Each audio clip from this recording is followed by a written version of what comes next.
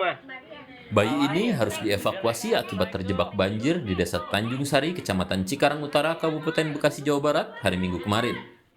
Banjir terjadi akibat luapan Kali Ulu karena intensitas hujan yang cukup tinggi beberapa hari terakhir.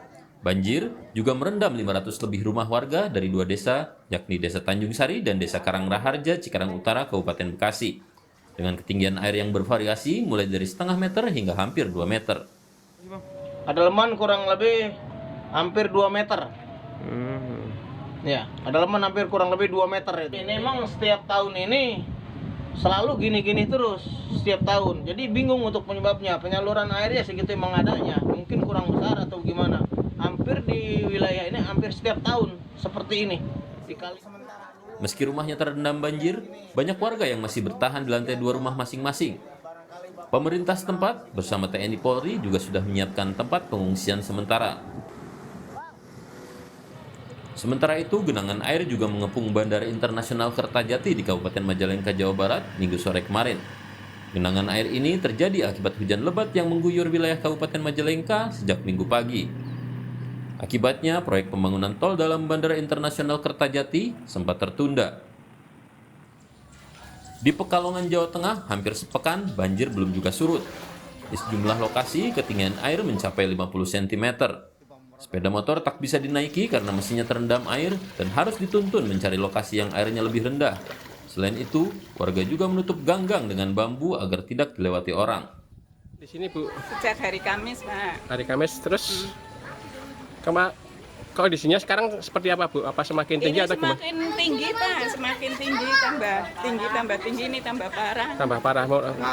Mulai kapan tambah tinggi, Bu? Mulai kemarin. Kemarin malam ya. Ini berarti tambah tinggi ya? Tambah tinggi. Belum surut ya sampai sekarang ya? Belum. Meski banjir sudah berlangsung berhari-hari, belum ada bantuan dari pemerintah. Warga berharap ada bantuan makanan karena mereka kesulitan untuk memasak akibat dapur terendam air. Dalam keterangan pers kepada media 31 Januari lalu, BMKG memprediksi kondisi cuaca ekstrem masih akan terjadi hingga Maret 2021 mendatang. Faktor El Nino dan La Nina juga masih berpengaruh sehingga menyebabkan kekeringan di beberapa wilayah dan ada wilayah yang mengalami hujan lebat yang berkepanjangan. Ini jadi peringatan terutama bagi sejumlah wilayah yang dilalui badai La Nina seperti Pulau Jawa dan Kalimantan untuk mengantisipasi bencana yang berpotensi terjadi akibat curah hujan tinggi. Statik bencana yang paling besar bencana disebabkan oleh hidrometeorologi. Ini artinya bencana disebabkan paling tidak oleh kebanyakan air dan juga kekurangan air.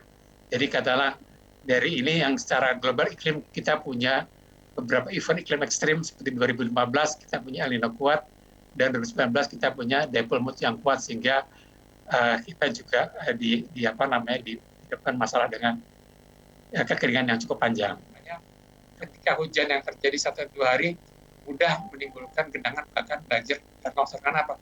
Karena hujan yang terjadi sehari 2 hari sudah bisa merefleksikan hujan yang terjadi selama 1 bulan.